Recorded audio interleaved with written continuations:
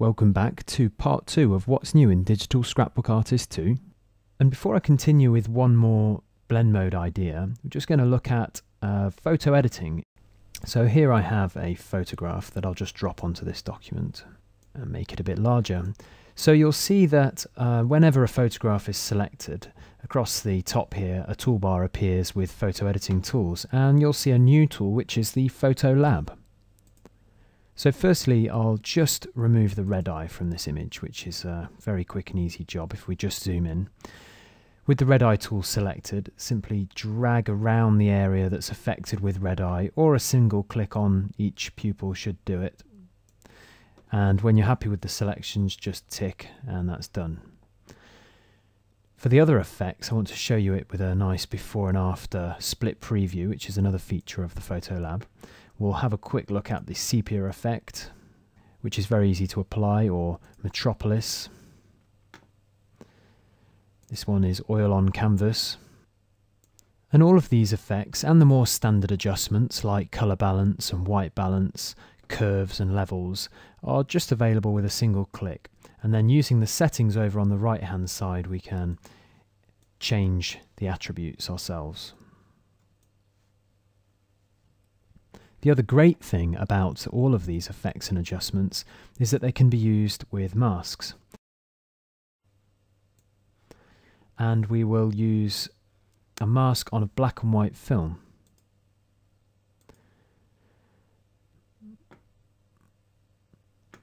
Now with the mask we can choose what areas will be included in the effect and which areas won't be. So I don't want this woman's eyes to be included in the effect, so I'll just simply use the brush to go around there. And it's helping me with the selection. I can also tell it which bits I do want to be included to be more precise. And once that's done, if we just commit the mask, and you'll see the effect that we can achieve.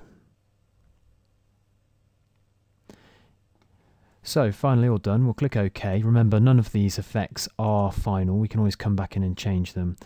And there we have our edited photo. So just to go back to blend modes for a moment, I'm going to use this photograph with a blend mode onto a piece of fabric. So I'll come to the materials section. I've got a suitable piece of woolly scarf here, which I'll just trim to the right size and move it behind our photo. And with the photograph I'll now choose blend modes again, and this time we'll also use the multiply effect. And if I just take a closer look, you can see it actually looks like the photograph has been printed onto the wool. So that's a great way you can make your own materials with patterns or photographs onto any fabric that you might have available. I'll start creating this into a slightly more designed embellishment. So I'll just show you how you can make this look as if it's stitched onto the fabric. Obviously we can choose to add a line around the edge of this photo. And for those lines we could use one of our brushes, such as the new Embroidery Stitches that we have. We've got new stitches including fly stitch, ermine stitch, chain stitch. I'm going to choose a white ermine stitch.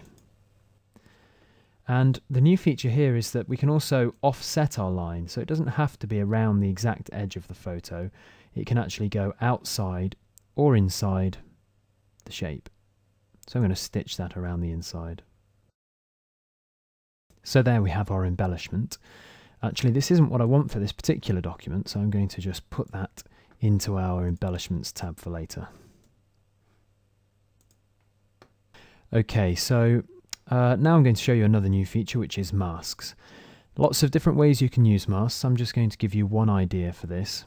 So we're going to use this photograph again. I'll bring it into our document.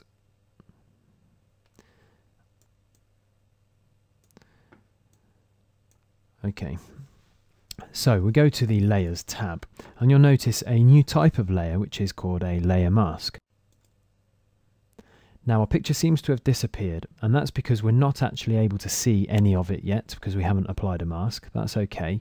We're now going to select a brush and then making it substantially larger, and then just brush over our photograph. Now you can see where the brush strokes go, including the roughness of this charcoal, we start to reveal the photograph below. And that brings us to the end of our What's New video. I hope you've enjoyed watching.